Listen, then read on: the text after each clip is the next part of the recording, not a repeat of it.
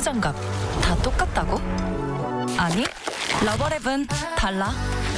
내 손인 듯 하루 종일 편하게. 슬림한 두께로 낀 듯 안 낀 듯 가볍게. 튼튼하니까 걱정 없이.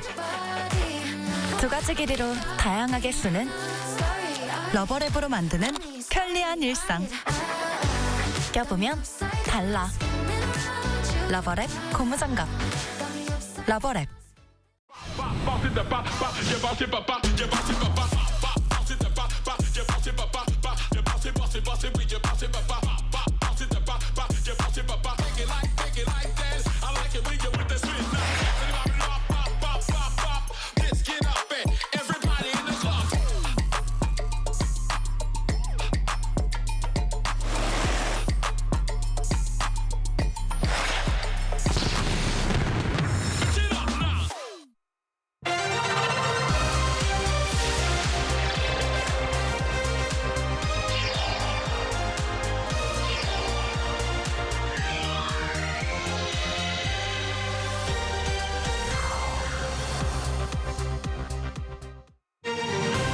In our headlines on this Friday, January 10th, here in South Korea.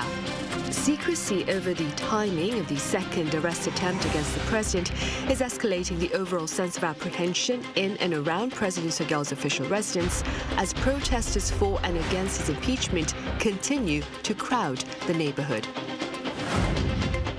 Meanwhile, over in Las Vegas, both Samsung Electronics and LG Electronics won a series of innovation awards at this year's Consumer Electronics Show, as well as at many of their global counterparts who sought to share creative solutions to universal questions.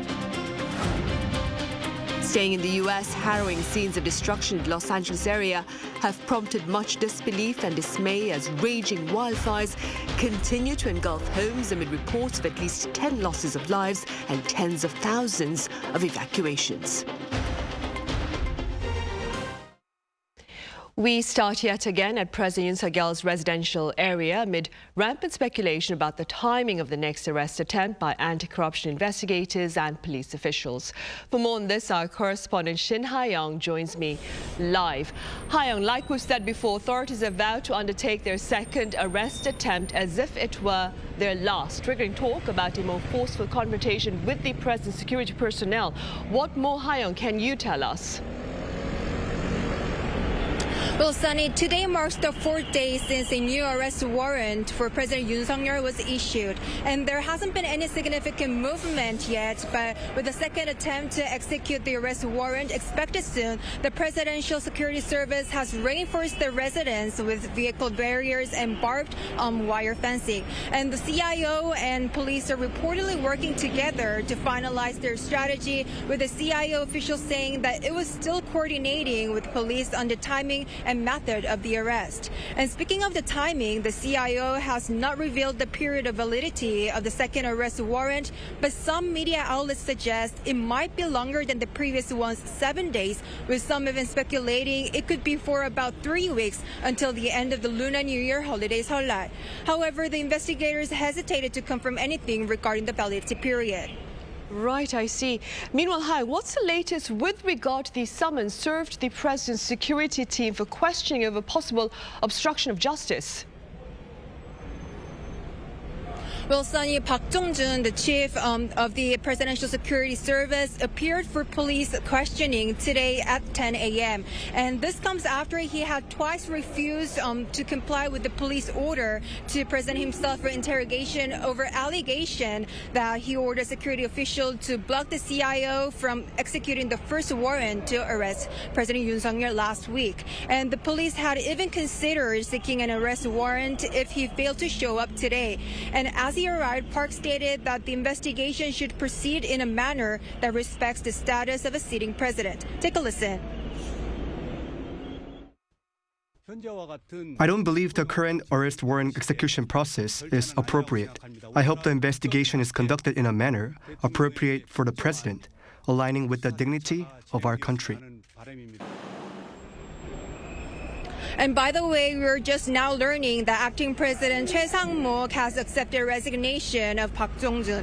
And meanwhile, the police are also rolling up their sleeves for a second attempt. The National Police Agency yesterday sent a document to investigation units in the metropolitan area ordering the mobilization of investigators. And today, officers convened a meeting of field commanders to discuss planning for the second arrest attempt. And these include mobile detective divisions and teams handling espionage, anti-corruption cases, and drug investigations. And the police plan is to deploy a large team of experienced officers to outnumber the Presidential Security Service. And in the first arrest attempt, around 120 officers were deployed, and this time the number is expected to reach about 1,000. Right, 1,000 authorities then. Meanwhile, back on site, Hayoung, I see rallies are gathering bigger crowds as we head into the weekend. Well, right, Sunny. As you can see behind me, despite the freezing weather, rallies for and against impeachment for President Yoon Suk Yeol are ongoing. And the extreme cold has kept the crowds small this morning, but more people gathered as the day went on. And with temperatures falling below zero, participants are bundled up in thick coats and blankets, drinking hot tea to stay warm. And anti-Yoon protesters are demanding the arrest warrant be executed quickly, while nearby Yoon supporters are making their voices heard, calling for the impeachment to be overturned and the arrest stopped. And that's all I have for this hour, but I'll bring more updates in our later newscast. Sunny? All right, then. Thank you for being our ears and eyes on the ground, Hayoung, and to the rest of our team out there with her braving the frigid conditions. Moving on, then, President Yoon Suk Yeol's impeachment trial officially begins next Tuesday, that is January 14th, at the Constitutional Court. And whether or not he will be there in person remains unclear. Our Oh Soo-young reports. President Yoon Suk Yeol has not disclosed whether he will attend this first impeachment trial hearing at the Constitutional Court on Tuesday. Court press officer Chun Jae-yeon said Friday that Yoon's legal team has not yet clarified the president's attendance. Yoon's lawyers have said that the president himself will speak before the court, but they have not yet decided whether he will attend the first trial hearing on Tuesday.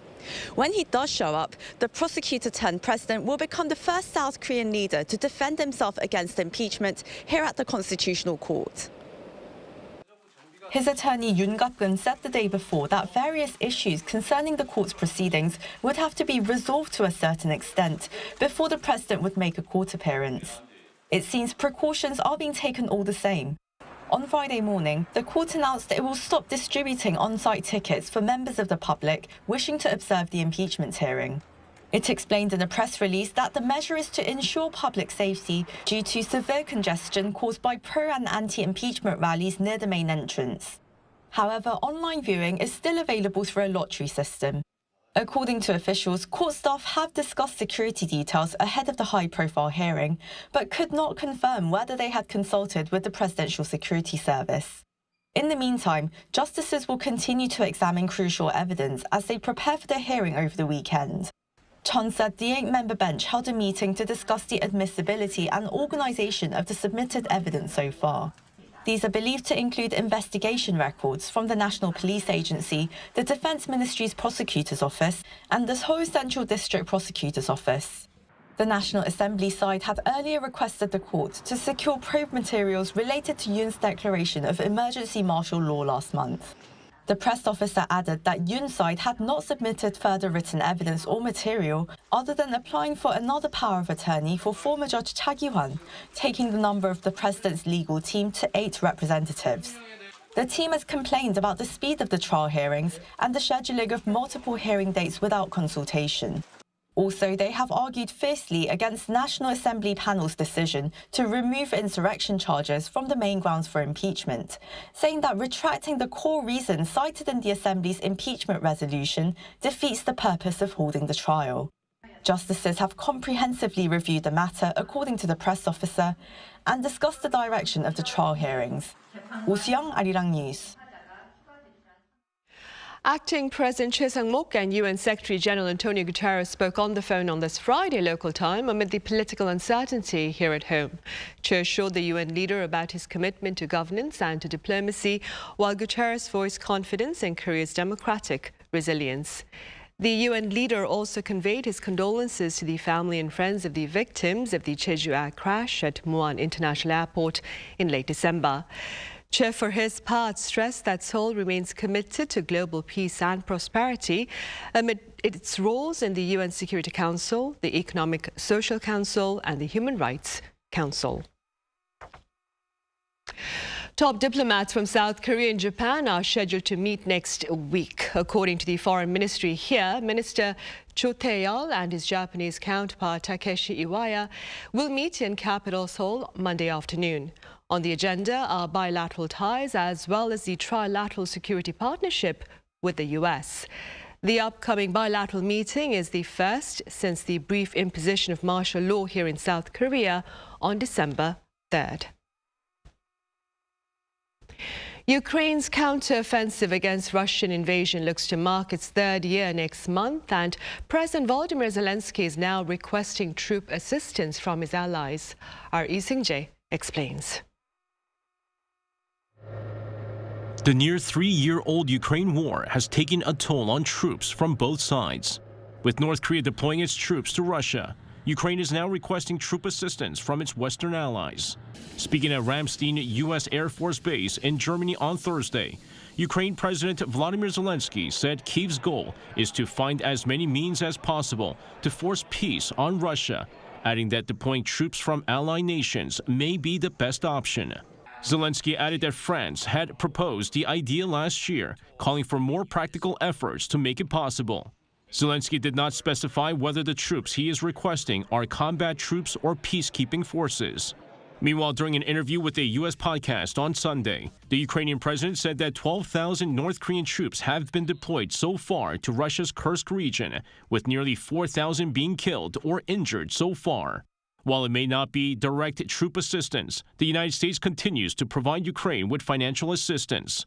Washington is set to provide Ukraine with $500 million in additional weapons and equipment from its existing military stockpiles in what will be the final military aid package before President Joe Biden leaves office.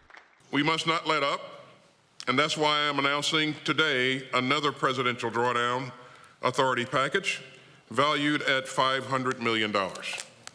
It includes additional missiles for Ukrainian air defense, more ammunition, more air-to-ground munitions, and other equipment to support Ukraine's F-16s. Meanwhile, more than 12,300 civilians have been killed in the Ukraine war since Russia's invasion in February 2022. According to United Nations Deputy Human Rights Chief Nada al-Nashif on Wednesday, there's also been a notable spike in casualties due to the use of drones, long-range missiles, and glide bombs. Lee Seung-jae, Arirang News. Meanwhile, harrowing scenes of destruction in the Los Angeles area have prompted much disbelief and dismay as raging wildfires continue to engulf homes and more.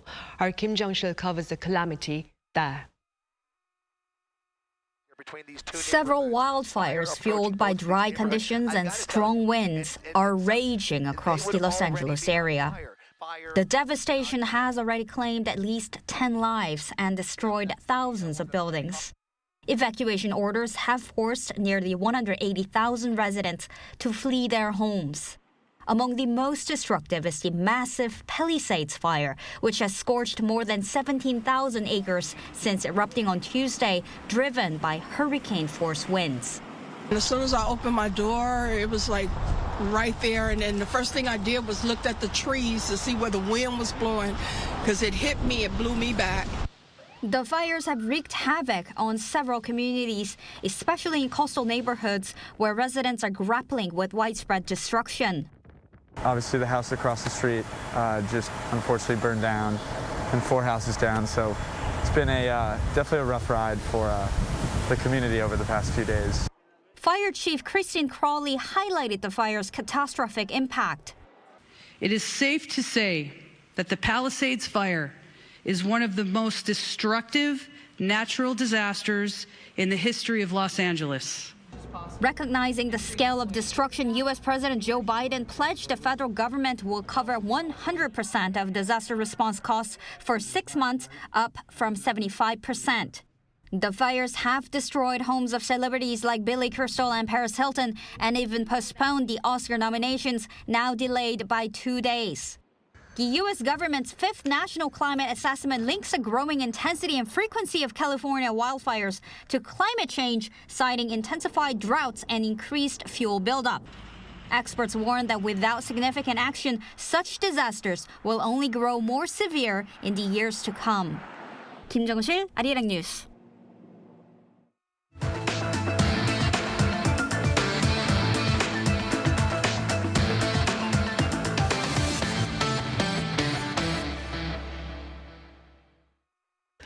Acting President Choi has vowed vigilance in maintaining economic stability. Remarks to this end were shared during the F4 meeting with top finance officials earlier on this Friday, during which he urged for continued monitoring of risk factors both at home and abroad, despite the recent easing of market volatility.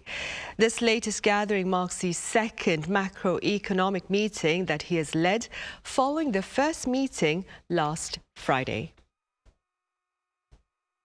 The United Nations believes the South Korean economy will expand 2.2% in 2025. Now, this is according to a report released on this Thursday by its Department of Economic and Social Affairs, which claims robust shipments of semiconductors overseas will keep Korea's growth momentum strong.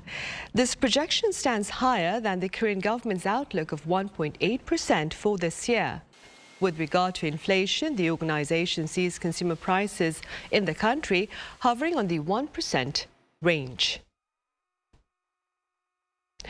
Up next, we share with you the innovations that garnered some of the most enthusiastic applause at this year's Consumer Electronics Show. Our correspondent Moon Hye-ryan files this report from the event.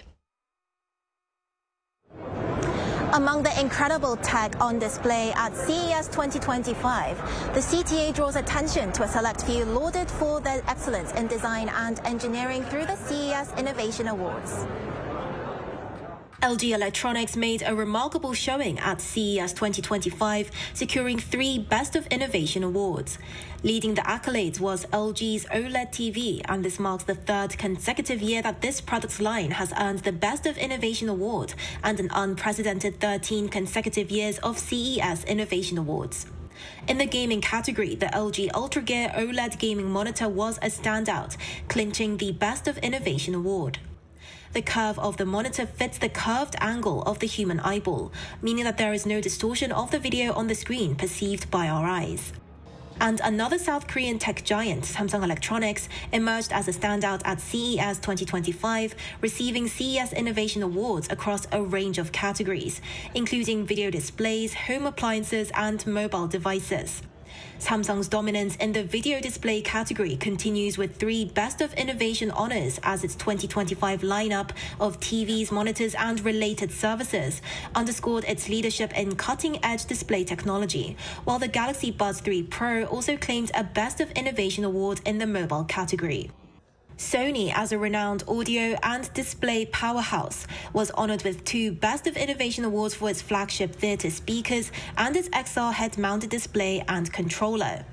The display is part of its groundbreaking spatial content creation system that targets creators in entertainment and industrial design by harnessing Sony's imaging, sensing, and display technologies to capture real-world elements.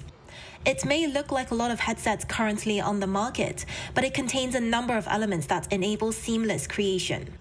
So, as you can see, this head-mount display is a flip up. It can be flip up, so if you want to go back to the display, you don't have to take it out all the time.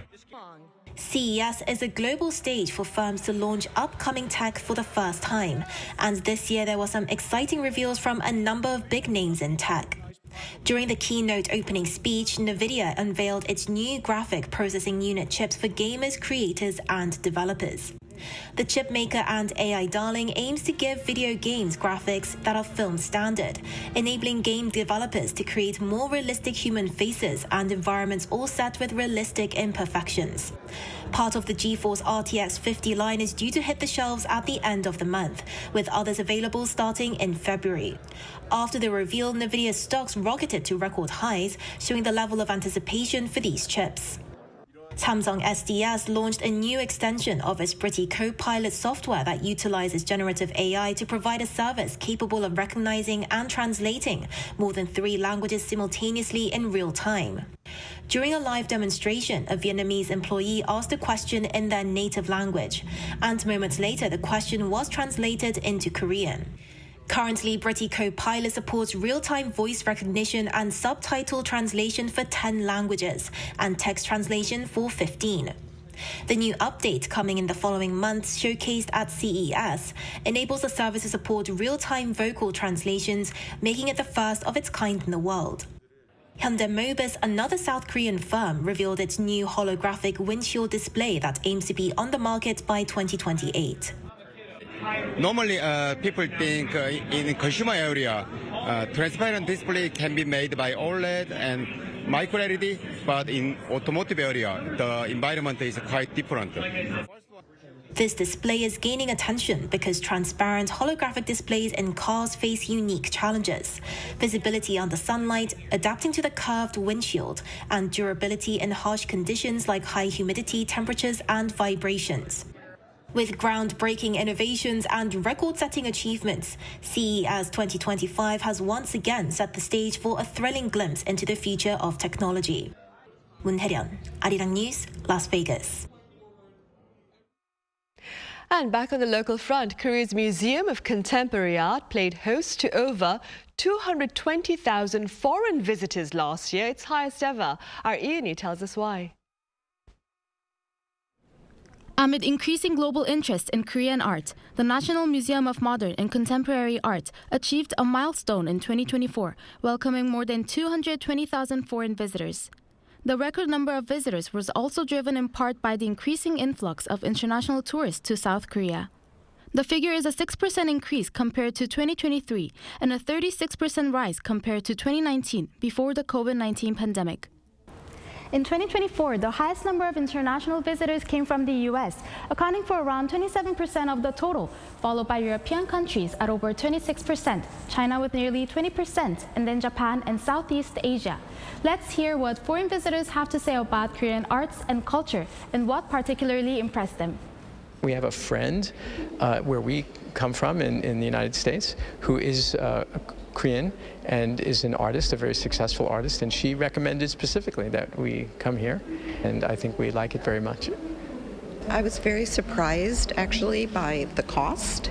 It's very affordable and very accessible to everyone, which I think is a really positive thing and very different from the States. Museums can be very expensive and very costly.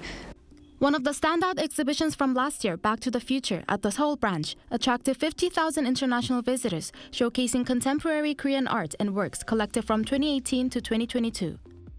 I came here also to experiment the Korean country in general, but also since I'm also working for a gallery, the idea for me was to look closer at what we could do with Korean art, what kind of collaboration we could do with the gallery that I'm working for.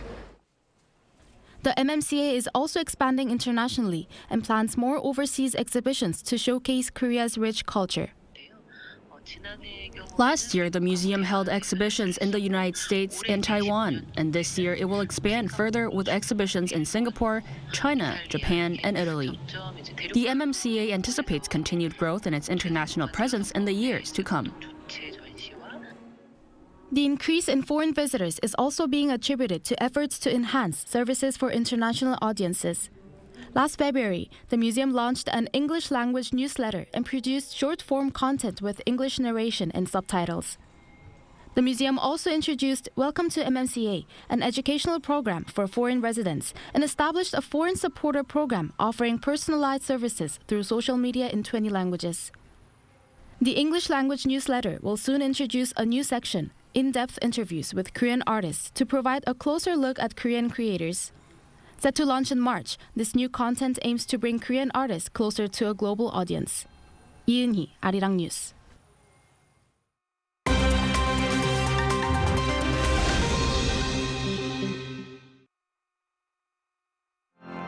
This is The World Now, bringing you the latest stories from around the globe.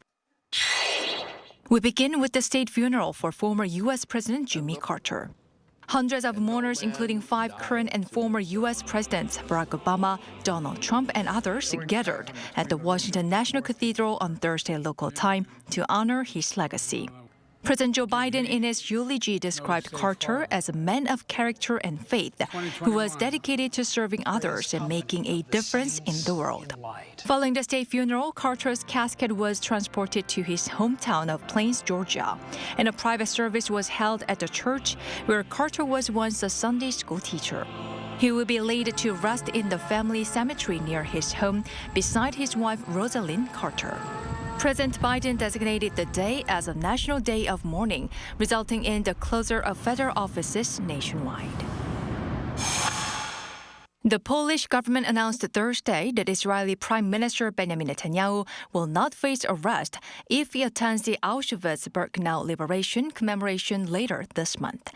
An arrest warrant for Netanyahu was issued last year by the International Criminal Court over alleged war crimes during the Israel-Hamas war.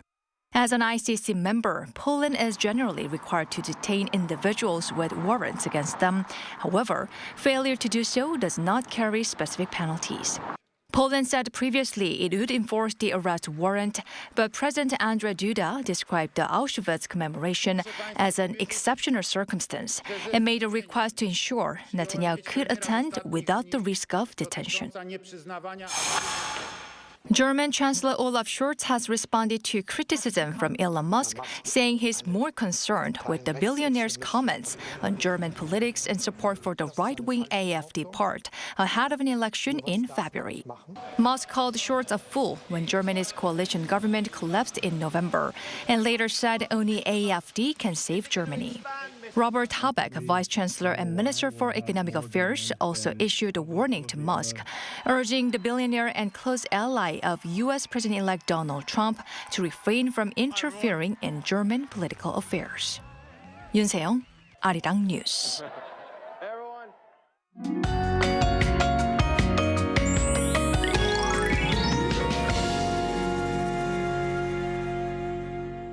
The morning temperatures in Seoul have remained at around minus 10 degrees Celsius for 2 days in a row, and this cold stayed during the daytime today.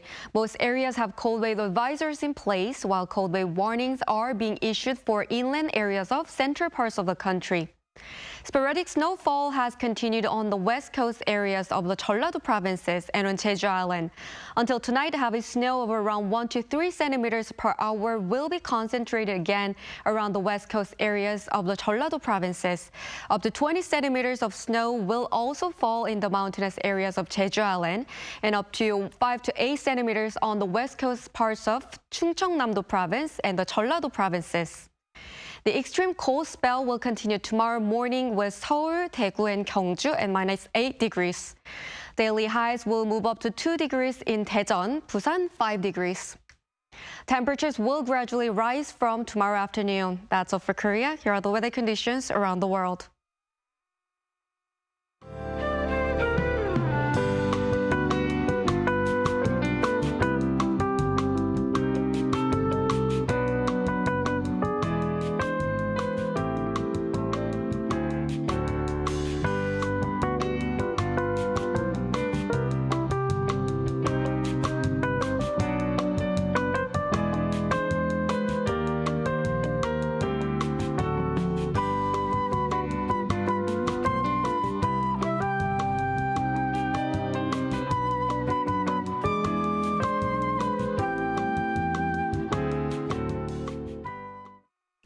Right, those are the headlines for now. Thank you for watching.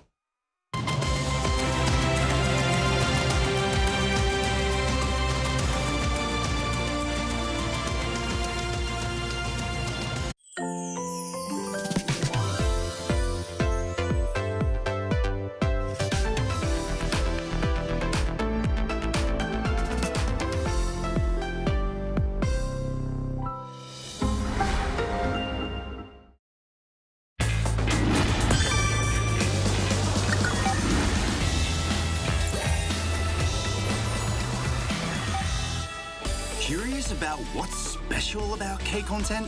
In recent years, Korean cultural content has taken the world by storm. So, what's your favorite K content? Movies, dramas, music, exhibitions? Are you ready to take your pick? Starting with globally acclaimed K-movies. It's no longer rare for Korean movies to receive awards at international film festivals. And we can't talk enough about the K-drama sensation. It's not surprising that drama filming sites go on to become major tourist attractions. When we are on the topic of K-pop, we can't leave out idol groups. They are the driving force of K-pop. K-pop idol group members do not only have exceptional singing and dancing skills, but they have the looks too. I'm a huge fan. I really like Korean underground music. These days, talented K-indie bands are recognized overseas as well. Oh, and Korea also has a lot of music festivals. You can meet musicians of all genres at these events. Exhibitions happen in Korea all year round. I also enjoy going to the theatre. There's no shortage of musicals, plays, and performances to choose from.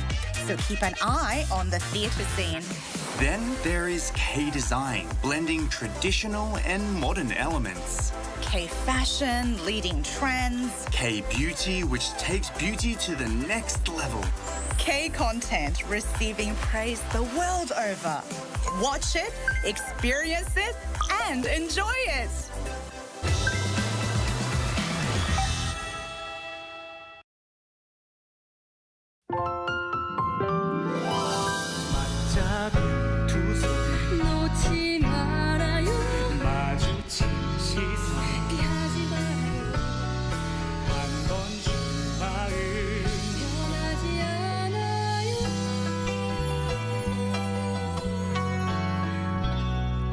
후회하지 않아 이게 끝이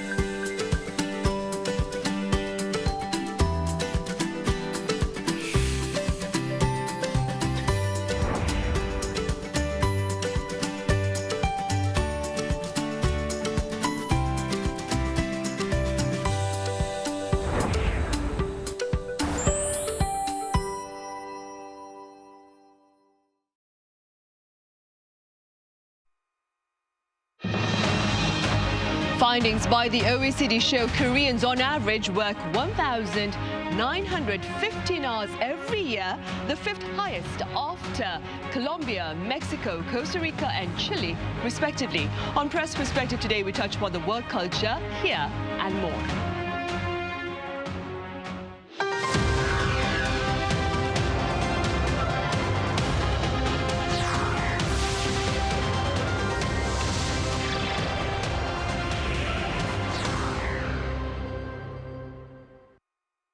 Hello and welcome to yet another edition of Press Perspective. It's Friday, January 10th here in Seoul, and I'm Min Sun-hee.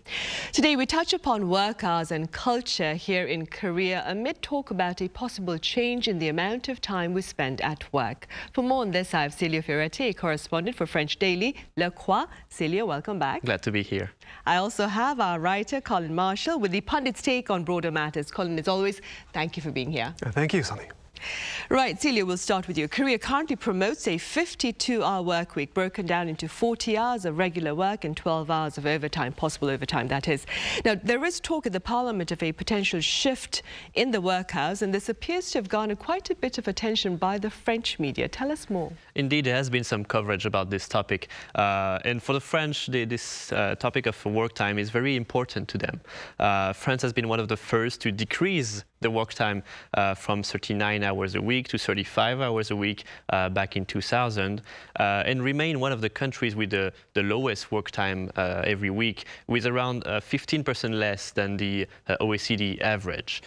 So for the French, looking at Korea, which is known to be a very hard-working country, as you mentioned, working very long time, not even compared to France, but to the average, it's always appear as a bit strange and raise a lot of questions. It already appears for the French that 52 hours a week seems too much, and talk about increasing it or having it exemption for it for big industries like Samsung, for example, is very much intriguing. Most of the world seems to now talk about decrease the work time. We have seen talks about the 4 days work week, increase the work-life balance, and such, but Korea seems to go on the opposite direction. So of course it gets people attention. Now about the talks at the Assembly right now, more specifically the current administration is looking to, and also the industrial sector, are pushing for more flexibility in the work time to allow some sectors of the economy, like as I mentioned, Samsung in the chip industry, to go above the limits to remain competitive against their rival like Japan or the US. The change is already opposed by the Democratic Party, which hold a majority in the Assembly. They want to remain on what ex-President Moon Jae-in achieved during his term, which is the current limit in the work time. The main argument is that workers' health, including mental health, as work-life balance is getting more and more important these days, should remain the priority, and that doesn't allow to work past the work time limit. Now, to come back on the French point of view about all this, they are very skeptical that increasing the work time actually make any industries more competitive. Samsung is heavily pushing for this bill about more flexibility in the work time. But if you look at SK Hynix, for example, their main competitor, they have done record profits this year with the current limit of work time. So maybe the lack of competitivity that Samsung is facing this year is not only caused by the work time limit. If you look at France, for example, for the past 30 years, while working less than the other countries in Europe, it has remained one of the most productive countries. So working more doesn't mean products more. And I think that's one way everybody should think about it. Right, which is why quite a number of people, especially youth here in the country, also talking about the importance of, as Celia mentioned, work-life balance. Now, this phrase itself, Colin, it gained quite a bit of traction following the COVID-19 pandemic. That being said, how does its presence, perhaps here in South Korea, work-life balance presence, compare to that elsewhere? Yes, worabe, as the Konglish has it. And the first time I heard that word, or that compound word, I was, as always with Konglish, utterly bewildered. But and it's, of course, as you say, become a subject in recent years. And when you think of the effects of COVID-19, the pandemic, on work culture in other countries, well, I can think of the country I'm from, the United States, and you still see a lot of articles, even today, about the effects of the pandemic on how people work, or really more like how they don't work. There's this phrase, or these expressions, quiet quitting, where younger workers especially, they don't necessarily quit their jobs, they just sort of stop doing anything, and in many cases can go under the radar without doing a whole lot of work. Or the idea of work from home, which got a lot of traction during the pandemic. People were staying home, still doing their jobs in theory, but this experience illuminated in some ways how little work people were doing when they were at the office, because they could really not do a whole lot at home either and still keep their jobs. And in some cases, they ratcheted down the amount of work they were doing just by being at home. I think we all know nobody's working as much at home as they were in the office, but the question is that a bad thing? Is that a good thing? That's what's still being debated in the US media. In some ways, I'm not the best person to speak on work-life balance because, I mean, I'm a writer. I'm never fully working and never fully not working, never taking a vacation. Even on my honeymoon in Paris for a month, I was working every day. But in a sense, I wasn't working either, if you know what I mean. In Korea, there seems to be a harder line between work and life, although that does get violated in various ways we'll talk about. But I think, like a lot of foreign concepts, work-life balance it doesn't transplant neatly into Korean culture. And in some sense, it's a complaint about something other than it sounds like it is. If you feel like you don't have work-life balance, in some cases, maybe many, you may feel like your work itself is not all that valuable. And you're doing it to get the paycheck, to live, that's fine. I work and so I live. And if you have that mindset, you're going to want to balance it. Otherwise, you're getting a raw deal, or you might feel that way. Right. Colin, as Celia mentioned earlier, Korea, it's said to be notorious for its workaholic culture. What have you been observing here? Yes, it sends me back to my early years in Korea when I've never done an actual job in Korea, but I was asked by an acquaintance to take over his job at a publishing company. And I said, okay, tell me a little more. Salary wasn't great, but then he said this, which really put me off. He said, at this company, this Korean publishing company, every day, everyone has to stay until everyone is done. So you finish your work for the day, okay, wait till everyone else does, and only then can you leave. So everybody had to stay until the last person had finished every task for that day. And I thought, no, that's not going to work for me. I'm sure a French person wouldn't say yes to that either. But that's an example, and not even that extreme. You hear worse. You hear of employees of the large conglomerates, the chaebol, getting on the shuttle at 6 in the morning, getting back home at 10 at night, if that, never see their family, maybe on the weekends. But what's worse, I think, than long days in Korea seems to be the fact that you're never really off the clock in many of these jobs. Even if you don't work here, if you have friends who work at Korean companies, they're always, their phone is always ready to receive a call from the boss or a coworker, and they'll pick it up no matter when it is, and they'll go no matter when it is. So you're never not working, in a sense. You're always sort of ready to, you're always sort of waiting for your orders. And that, I think, psychologically has an effect on people even more than the long days. Right, sadly. Celia, back in 2023, France raised its retirement age to 64, I believe, from 62. This raising of the retirement age was met with much public outrage. Here in Korea, there are plans to raise the retirement age from the current 60 to 65 by the year 2033.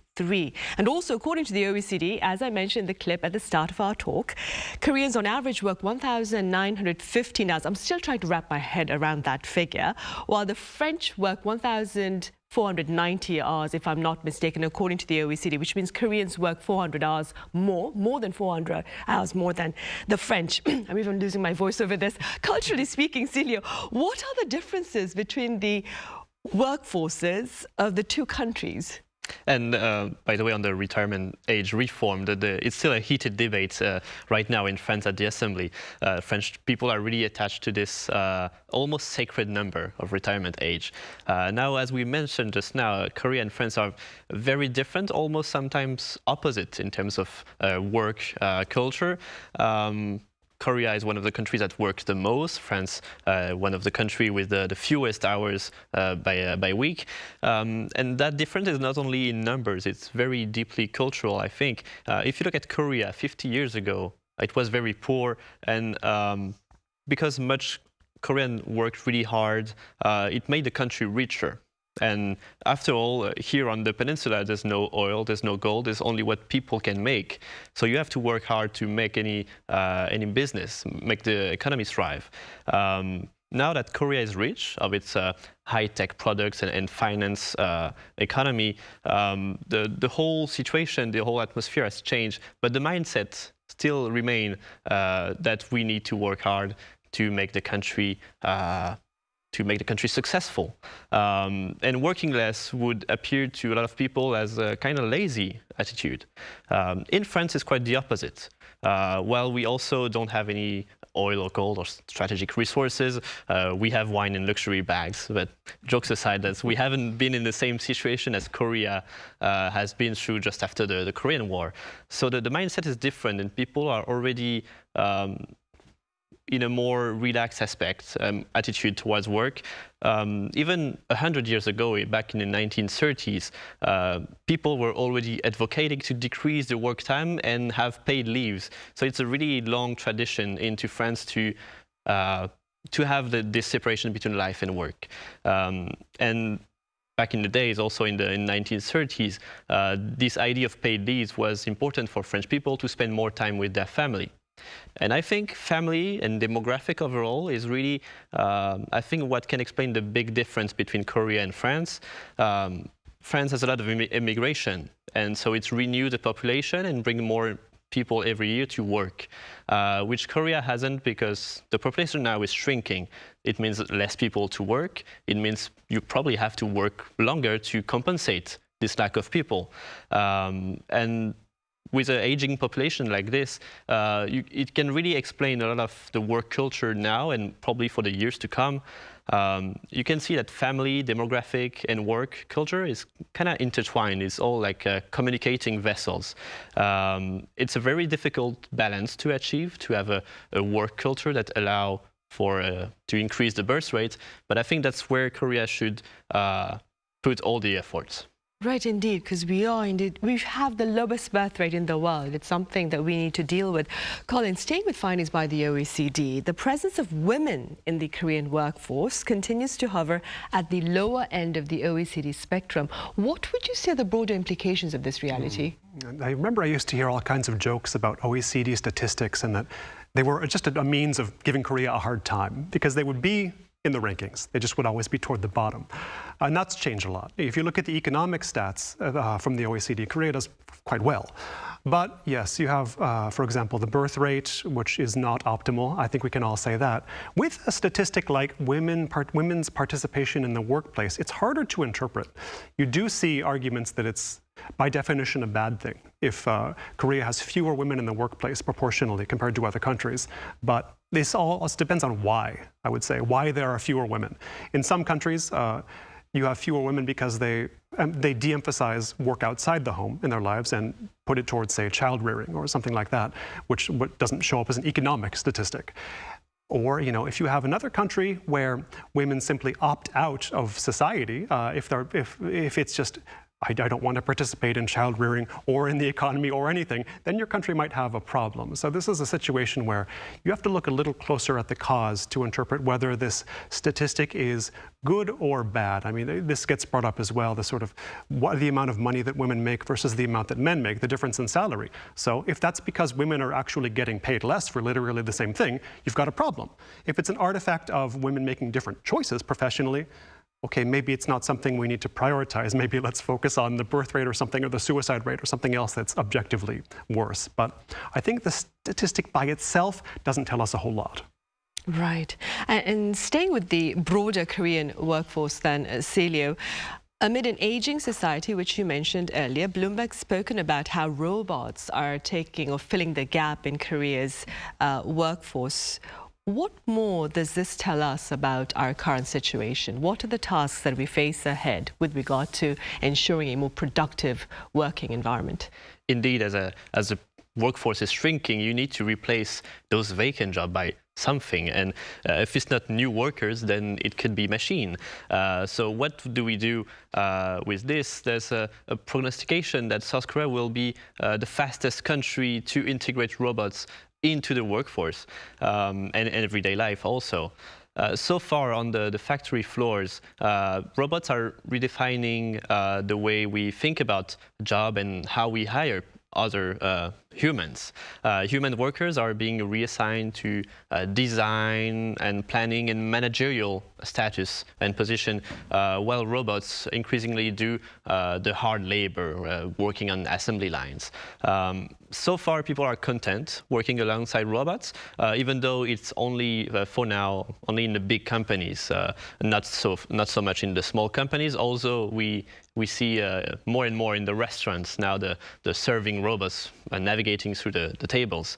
Usually, the automation of work raises some question and it worries a lot of people because it could leads to a lot of employment and pay is also issue. What job should robots replace? What happened to the humans that are being replaced by robots? All these questions are getting more and more important, and with the fast development of AI, it will really happen soon, probably. So there's a lot of question about that, and it's not only, we cannot only see it negatively, actually.